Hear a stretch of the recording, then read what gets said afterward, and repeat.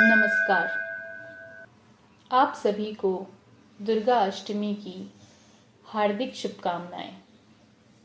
हमारे सनातन धर्म में भगवती माता दुर्गा, जिन्हें आदि शक्ति, जगदम्बा, जननी भी कहा जाता है, माँ भगवती के प्रमुख 9 रूप हैं, जिनकी नवरात्रि के दौरान विशेष पूजा और साधना की जाती है। आज हम इस वीडियो में दुर्गा अष्टमी के व्रत की कथा सुनते हैं। धार्मिक मान्यताओं के अनुसार प्राचीन समय की बात है कि असुर दंभ को महिषासुर नाम के एक पुत्र की प्राप्ति हुई थी, जिसके भीतर बचपन से ही अमर होने की इच्छा प्रबल थी। अपनी इसी इच्छा को पूरा करने के लिए उसने अमर होने का वरदान हासिल करने के लिए ब्रह्मा जी की घोर तपस्या शुरू कर दी। महिषासुर द्वारा की गई इस कठोर तपस्या से ब्रह्मा जी प्रसन्न हुए और उसे मनचाहा वरदान मांगने को कहा। ऐसे में महिषासुर जो है सिर्फ अमर होना चाहता था। उसने ब्रह्मा जी से वरदान मांगते हुए खुद को अमर करने के लिए बाध्य कर दिया, परंतु ब्रह्मा जी ने महिषासुर को अमरता का वरदान देने की ये बात कहते हुए टाल दी कि जन्म के बाद मृत्यु और मृत्यु के बाद जन्म तो निश्चित है, इसीलिए अमरता जैसी किसी भी बात का कोई अस्तित्व ही नहीं है। जिसके बाद में ब्रह्मा जी की इस बात से सुनकर महिषासुर ने उनसे एक दूसरा वरदान मांगने की इच्छा जताई। कहा कि ठीक है स्वामी, यदि मृत्यु होना तय है तो मुझे आप ऐसा वरदान दे दीजिए कि मेरी मृत्यु किसी स्त्री के हाथों से ही हो। स्त्री के अलावा अन्य कोई देवता, दैत्य, मानव किसी प्रकार से कोई भी मेरा वध न कर पाए। इसके बाद में ब्रह्मा जी ने महिषासुर को दूसरा वरदान दे दिया। ब्रह्मा जी द्वारा वरदान प्राप्त करते ही महिषासुर अहंकार से अंधा हो गया और इसके साथ ही बढ़ गया उसका अन्याय। मौत के भय से वह मुक्त हो चुका था और उसने अपनी सेना के साथ में पृथ्वी लोक पर आक्रमण कर दिया। इससे धरती पर चारों तरफ तबाही मच गई। उसके बल के आगे सभी जीव प्राणियों को नतमस्तक होना पड़ा, जिसके बाद में पृथ्वी और पाताल को अपने अधीन करने के बाद अहंकारी महिषासुर ने इंद्रलोक पर भी आक्रमण कर दिया, जिसमें इन्होंने इंद्रदेव को पराजित कर स्वर्ग पर भी कब्जा कर लिया।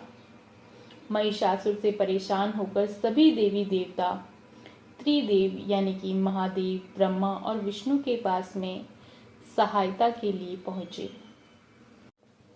इस पर विष्णु जी ने उसका अंत करने के लिए एक देवी शक्ति के निर्माण की सलाह दी, जिसके बाद सभी देवताओं ने मिलकर देवी शक्ति को सहायता के लिए पुकारा और इस पुकार को सुनकर सभी देवताओं के शरीर में से निकले तेज ने एक अत्यंत खूबसूरत सुंदरी का निर्माण किया। उसी तेज से निकली मां आदि शक्ति, जिसके रूप और तेज से सभी देवता भी आश्चर्यचकित हो गए। त्रिदेवों की मदद से निर्मित हुई देवी दुर्गा को हिमवान ने सवारी के लिए सिंह दिया। इसी प्रकार वहां मौजूद सभी देवी देवताओं ने मां को अपने अपने एक अस्त्र शस्त्र सौंपे। इस तरह स्वर्ग में देवी दुर्गा को इस समस्या के लिए तैयार किया गया।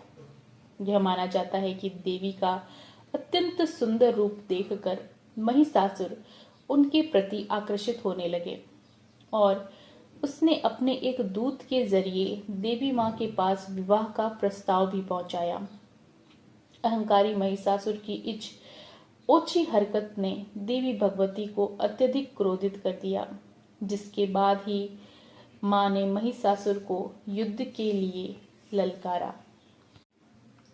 मां दुर्गा से युद्ध की ललकार सुनकर ब्रह्मा जी से मिले वरदान के अहंकार में अंधे हो चुके महिषासुर उनसे युद्ध करने के लिए तैयार हो गए।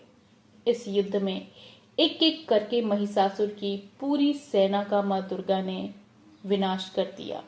इस दौरान यह माना भी जाता है कि युद्ध पूरे 9 दिनों तक चला था, जिस दौरान असुरों के सम्राट महिषासुर के विभिन्न रूप धरकर देवी मां को छलने की कई बार कोशिश की, लेकिन उसकी सभी कोशिश नाकाम रही और देवी भगवती ने अपने चक्र से इस युद्ध में महिषासुर का सिर काटते हुए उसका वध कर दिया और अंत में इस तरह देवी भगवती के हाथों में जो है महिषासुर की मृत्यु हो पाई।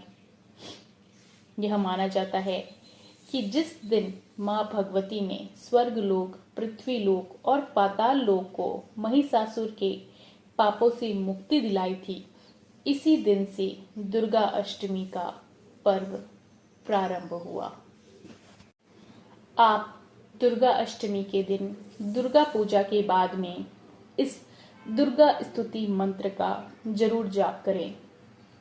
या देवी सर्वभूतेषु मातृ रूपेण संस्थिता, या देवी सर्वभूतेषु शक्ति रूपेण संस्थिता, या देवी सर्वभूतेषु शांति रूपेण संस्थिता।